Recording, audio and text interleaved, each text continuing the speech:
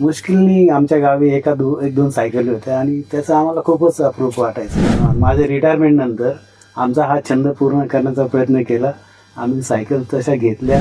असं कधी झालंय का की तुमच्यामध्ये की मॅडमना एक सायकल आवडली, तुम्हाला एक सायकल आवडली आणि आपण मोठं झाल्यानंतर मोटरसायकल नाही पण सायकल घ्यायची, गिअरची सायकल घ्यायची, ही माझी फार मोठी इच्छा होती. तर तुम्हाला वैयक्तिकरित्या गिअरची सायकल आवडते की नॉन गिअरची? म्हणजे आता आमचं रिलेशन असे की त्यांचे वडील आणि माझे वडील सख्खे आते भाऊ मामी भाऊ. अच्छा. त्यांचे वडील पण सायकल प्रेमी, माझे वडील पण सायकल प्रेमी. ठाणे पूर्वेमध्ये म्हणजे नियमित सायकल चालवणारी मी एकमेव महिला आहे. तर दोघांनी मिळून म्हणजे ठाणं फिरणं सायकलवरनं वगैरे छानपैकी असं कधी हो केलं ना. येऊरला आम्ही खूप वेळा गेलो. येऊरला गेलो कारण खूप मोठा आपल्याकडे भाग आहे ठाण्याचा. घोडबंदर रोड. सायकल तुमच्या आयुष्यात आली, मग तुम्ही दोघं एकमेकांच्या आयुष्यामध्ये आलात. 20 ते जवळजवळ 60 वर्षापर्यंत महिलांना सायकल शिकवली.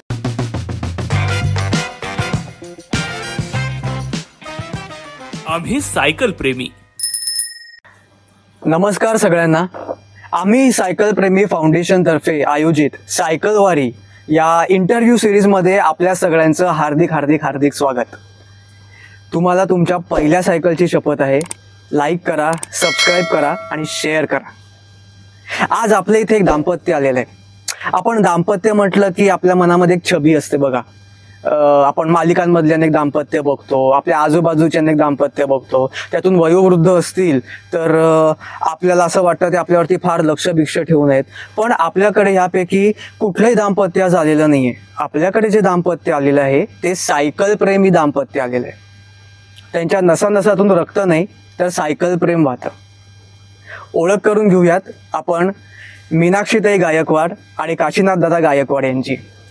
मीनाक्षीताई गायकवाड या भूगोल आणि मराठी विषय घेऊन BEd झालेल्या आहेत. M लिप आहेत, B लिप आहेत. आणि काशीनाथ दादा गायकवाड यांनी अनेक वर्ष महाराष्ट्र पोलीसमध्ये सेवा दिलेली आहे. पण सगळ्या त्यांचा महत्त्वाचा भाग म्हणजे त्या दोघांनी मिळून खरं तर 2019 मध्ये ठाण्यामधील काशीनाथ घाणेकर नाट्यगृहामध्ये सायकल प्रेमींचं एक संमेलन झालं होतं. आणि त्या संमेलनामध्ये मीनाक्षीताईंनी एक अत्यंत क्रांतिकारी असा मुद्दा उपस्थित केला.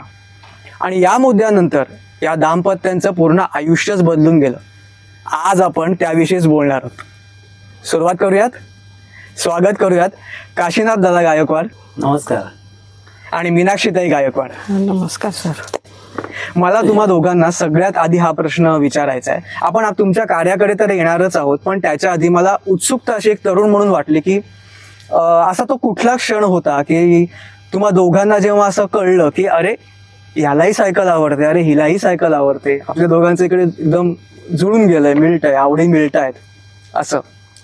बालवयापासून आवडीचा असतो. जेव्हा प्रत्येक मला असं म्हणायचं वेग गती हा जो भाग आहे ना तो प्रत्येक मुलाला किंवा माणसाला प्राण्याला सुद्धा आवडतो. आणि आपण पायी चालतो त्यापेक्षा सायकलवर अधिक वेगाने चालतो. आणि आमचं जे बालपण होतं त्या काळी सायकल हा विषय फारच म्हणजे कमी लोकांकडे होता. मुश्किलनी आमच्या गावी एक दोन सायकली होत्या आणि त्याचं आम्हाला खूपच अप्रूप वाटायचं. हे थोडंसं माझ्या रिटायरमेंट नंतर आमचा हा छंद पूर्ण करण्याचा प्रयत्न केला. आम्ही सायकल तशा घेतल्या आणि एकमेकाला पूरकपणे. तिला थोडंसं सुरुवातीला त्रास होत होता म्हणजे जमेल की नाही, कारण कॉलेज लाईफ संपल्यानंतर 32 वर्षानंतर सायकल चालवली तिने. तर तिला असं मनामध्ये भीती होती की मी पडेल किंवा मला जमणार नाही. पण मी तिला थोडंसं मी आहे तुझ्याबरोबर आणि तू चालू शकते. अच्छा. मग आम्ही ठाण्यामध्ये स्वामींचा मठ आहे, हो, तिथे त्या रस्त्यावरती थोडी तिला 1-2 दिवस प्रॅक्टिस दिली आणि ते सुरू झाली. तिला तर मग यायला लागल्यावर खूपच अप्रूप वाटायला लागलं की आपण चालू शकतो. आणि आम्ही दोघं सायकल चालवतो, मग दोघांनाही छान वाटायला लागलं, बरं वाटायला लागलं. अरे वा. पुढे असं मला विचारायचं आहे की आता असं कधी झालंय का की तुमच्यामध्ये की मॅडमना एक सायकल आवडली, तुम्हाला एक सायकल आवडली, किंवा एकंदरीत सायकल चालवणं, सायकलिंग याच्यामधल्या कुठल्या गोष्टींवरनं खटके उडालेत, कधी मतभेद झालेत, असे काही किस्से तुमचे? ज्यावेळेला म्हणजे आम्ही पहिली सायकल घेतली गिअरची. आता हे गिअर सायकल असतात हे मी पार अगदी 6वी-7वीला असतानाच माझ्या वडिलांनी जेव्हा आम्हाला सायकल आणली मुंबईवरून, तर त्यांनी त्यावेळेला असं आम्हाला सांगितलं की तुम्हाला मी गिअरची सायकल आणणार होतो. तर त्यावेळेला आमच्या गावात एकाने कोणीतरी मोटरसायकल आणली होती आणि ते शिकवताना कोणतरी सांगितलं क्लच दाब, ब्रेक दाब, ते गिअर टाक वगैरे. हा गिअर काय प्रकार असतो, तर मग कोणीतरी गिअरमुळे गाडीचं वेग वाढतो. मग सायकलचा सुद्धा गिअरने वेग वाढत असेल असं माझ्या मनात ती उत्सुकता होती. आणि आपण मोठं झाल्यानंतर मोटरसायकल नाही पण सायकल घ्यायची, गिअरची सायकल घ्यायची, ही माझी फार मोठी इच्छा होती. मला एक प्रश्न म्हणजे आता मी तसा तुमच्यापेक्षा बऱ्यापैकी लहान आहे, पण मी त्याच काळातला आहे की जेव्हा मोबाईल फोन आले नव्हते, त्यामुळे सायकलवरनं हिंडलं माझंही बरंचसं झालंय. तर तुम्हाला वैयक्तिकरित्या गिअरची सायकल आवडते की नॉन गिअरची? आता मी चालवायला लागल्यापासून तर गिअरचीच चालवतो, तर मला तर गिअरचीच सायकल आवडते. गिअरचीच सायकल आवडते. हो. अच्छा, मगाशी दादांनी सांगितलं की त्यांनी तुम्हाला एक सपोर्ट केला सायकलिंगला, पुन्हा तुमची सायकल चालवणं पुन्हा तुम्हाला सुरुवात करून दिली. तो तुमचा अनुभव कसा होता? अच्छा, त्यांचे वडील पण सायकल प्रेमी, माझे वडील पण सायकल प्रेमी. तर मी माझं BA झाल्यानंतर एका कन्या विद्या मंदिरमध्ये मी हॉस्टेल डायरेक्टर म्हणून जॉब करत होते. तिथे मी सायकल शिकली. तर मग घरी गेल्यानंतर वडिलांना सांगितलं मी सायकल शिकली.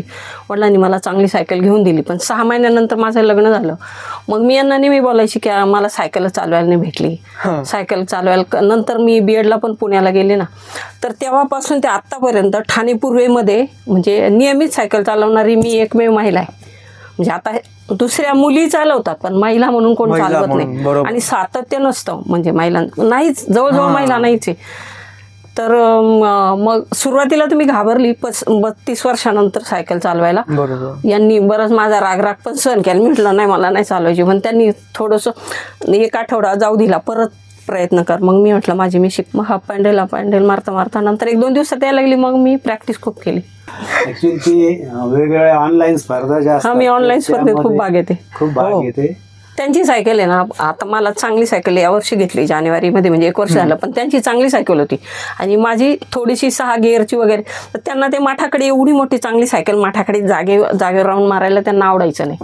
त्यांना वाटायचं विक्रोळी घाटकोपरला जायला पाहिजे लांब. आमचं काय झालं, आता मुलगा आहे ना तुमच्यासारखा मुलगा आहे, तर मग त्याची टिफिन बनवायला लागते, त्याच्यामुळे आम्ही अडकलं. नाही तर आम्ही 6लाच निघायचो अगोदर. त्यांना जे वाटतं मी त्याच्याकडे स्वतः पुढे येणार, त्यांना आवड नाही असं नाही, त्यांना लांब आवडतं. त्यांनी तुम्हाला मदत केली, पुन्हा एकदा तुमची सायकल सुरू झाली. त्याच्यानंतर दोघांनी मिळून म्हणजे ठाणं फिरणं सायकलवरनं वगैरे छानपैकी असं कधी केलं ना. येऊरला आम्ही खूप वेळा गेलो. येऊरला गेलो, कारण खूप मोठा आपल्याकडे भाग आहे ठाण्याचा, घोडबंदर रोड. तर आता एकंदरीत आधी सायकल तुमच्या आयुष्यात आली, मग तुम्ही दोघं एकमेकांच्या आयुष्यामध्ये आलात, हे सगळं झालं. मग इथे ठाण्यामध्ये स्थिरावलात तुम्ही, इथे तुम्ही सायकल स्वारीचा आनंद घेत राहिलात. हा जो छंद आहे हा तुम्ही खूप जीवापाड जपलाय. म्हणजे आज मला वाटतं आपलं सकाळी फोनवर बोलणं झालं तेव्हा तुम्ही सांगितलं की आमच्या घरी अजून 4 सायकलीत आणि अजून आम्ही घेणार आहोत. आता हा जो छंद आहे तुमचा सायकलिंगचा, त्याचं चळवळीमध्ये रूपांतर कसं झालं? म्हणजे 2019ला जे तुम्ही चांगला मुद्दा मांडलात त्या संमेलनामध्ये, त्यानंतर काय असे बदल झाले, कसा तो चळवळीकडे गेला? झालं कसं की मी माझ्या पोलीसच्या नोकरीतून रिटायर होताना माझा अपघात झाला होता. अच्छा. आणि त्यातून मी रिकवर झालो आणि मला पण वाटलं की थोडंसं आपलं व्यायाम चांगला व्हावा. मग ते सायकलचं मनात आलं आणि तिकडून आम्ही ती सायकल घेतली. तर 19 फेब्रुवारी 2019ला ठाण्यामध्ये सायकल संमेलन होतं आणि त्या अनुषंगाने त्याची मीटिंग काशीनाथ घाणेकर नाट्यगृहात ठेवली होती. त्याची बातमी पेपरमध्ये आली होती. तर आम्ही पेपर असायचा घरात, तर हिने ते वाचली आणि त्यावेळेला आम्ही दोघं सायकलिंग करतच होतो. तर ही म्हणे ह्या मीटिंगला मी जाऊ का? तर माझ्या अपघातामुळे मला काही प्रॉब्लेम असल्यामुळे मी म्हटलं बाबा तू जायचं जा, मी नाही येत. तर मी घरी थांबलो आणि ही गेली आणि मग तिथे त्यांच्या बऱ्याचशा चर्चा झाल्या. तर ती मीटिंग झाली नोव्हेंबर 2018ला. तर त्या मीटिंगला ही गेली. ती वैद्य सरांना बोलली की सायकलिंगमध्ये महिलांचा सुद्धा सहभाग अधिक असायला हवा, दिसायला पाहिजे. तर ते बोलले ही बाजू तुमची बरोबर आहे, पण आपल्याकडे एवढ्या महिला नाही. तर ही म्हणजे मी थोडेफार तयार करायचा प्रयत्न करते. तर त्याने लगेच तिला बोलले मॅडम तुम्ही जर असं काही म्हणजे महिलांना सायकल शिकवणार असाल तर एक सायकल मी तुम्हाला फुकट देतो माझ्याकडची. आणि थोडंसं एक आमच्या परिचयातल्या काही महिलांना सांगितलं मी महिलांना सायकल आम्हाला शिकवायची आहे. हा तर असं सायकल संमेलन होणार आहे आणि त्याच्यामुळे आपल्याला सहभाग घ्यायचा. तर खूप महिला त्यातल्या काय ज्या म्हणजे घरकाम वगैरे करतात त्यांना काय वाटलं की आम्हाला इकडून इकडे जायला ते सोयीस्कर होईल, किंवा काही चांगल्या घरातल्या पण महिला ज्यांना म्हणजे आवड होती त्या आल्या आणि मग आम्ही शिकवायला सुरुवात केली. मग कसं एकेला 15-20 मिनिटं चालवायला द्यायची, ती जमली की दुसरीला द्यायची. अच्छा. आणि त्या सायकलचं कसं होतं, तिला ट्यूब मध्ये म्हणजे ट्यूब हा भाग नव्हता, हवा नव्हती त्याच्यामध्ये. अच्छा. पूर्ण ते रबराची भरीव रिंग होती, त्याच्यामुळे तिला वजन होतं. पण ते शिकताना थोडं वजन असलं आणि ते चालायला शिकलं तर साधी सायकल जी घ्याल त्यावर मला लाईट वाटणार. माझा असा विचार होता, शिकताना थोडे त्रास होईल त्यांना, पण खरोखर त्यांनी सायकल घेतली आणि ते चालवायला लागलं तर ह्या सायकलपेक्षा त्यांना लाईट वाटेल पुढची त्यांची स्वतःची सायकल. आणि या प्रकारे आम्ही मग सुरू केलं. मग जसं लोकांना माहिती व्हायला लागलं तसं बऱ्याच महिला यायला लागल्या, काही तरुण मुली पण आल्या. तेच मला ताईंना विचारायचं होतं की त्या संमेलनामध्ये तुम्ही खूप धाडसाने तो मुद्दा मांडलात की त्या क्षणाला तुमच्यामध्ये अशी कुठली ताकद आली की तुम्हाला असं वाटलं की आपण हे मांडलंच पाहिजे. त्यामागे तुम्ही असं आधी काही निरीक्षण केलं होतं की महिला कुठे कमी पडतायत? काय झालं होतं नेमकं? आम्ही असं म्हणजे मुलांबरोबर जायचो ना सायकल चालवायला ग्रुपमध्ये, तर हाताच्या बोटावर मोजणे एवढ्या पण महिला नसायच्या.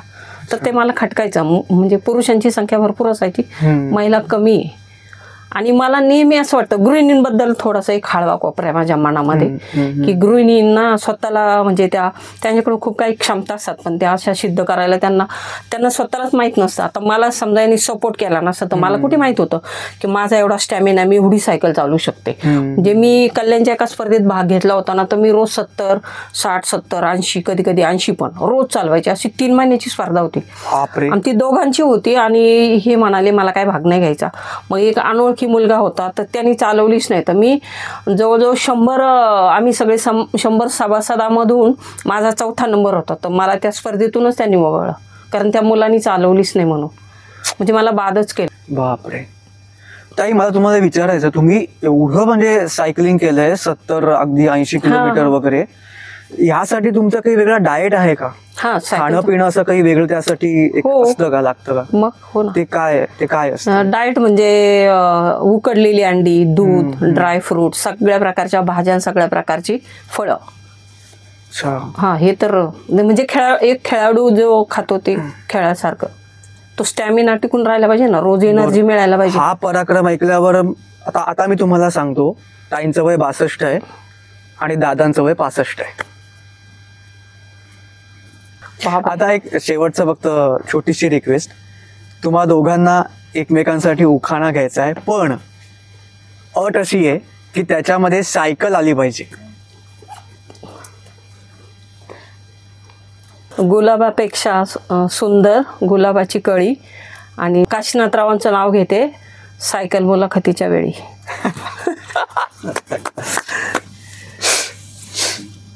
तर असे आपले आजचे अतिथी होते, एक सायकल प्रेमी दाम्पत्य.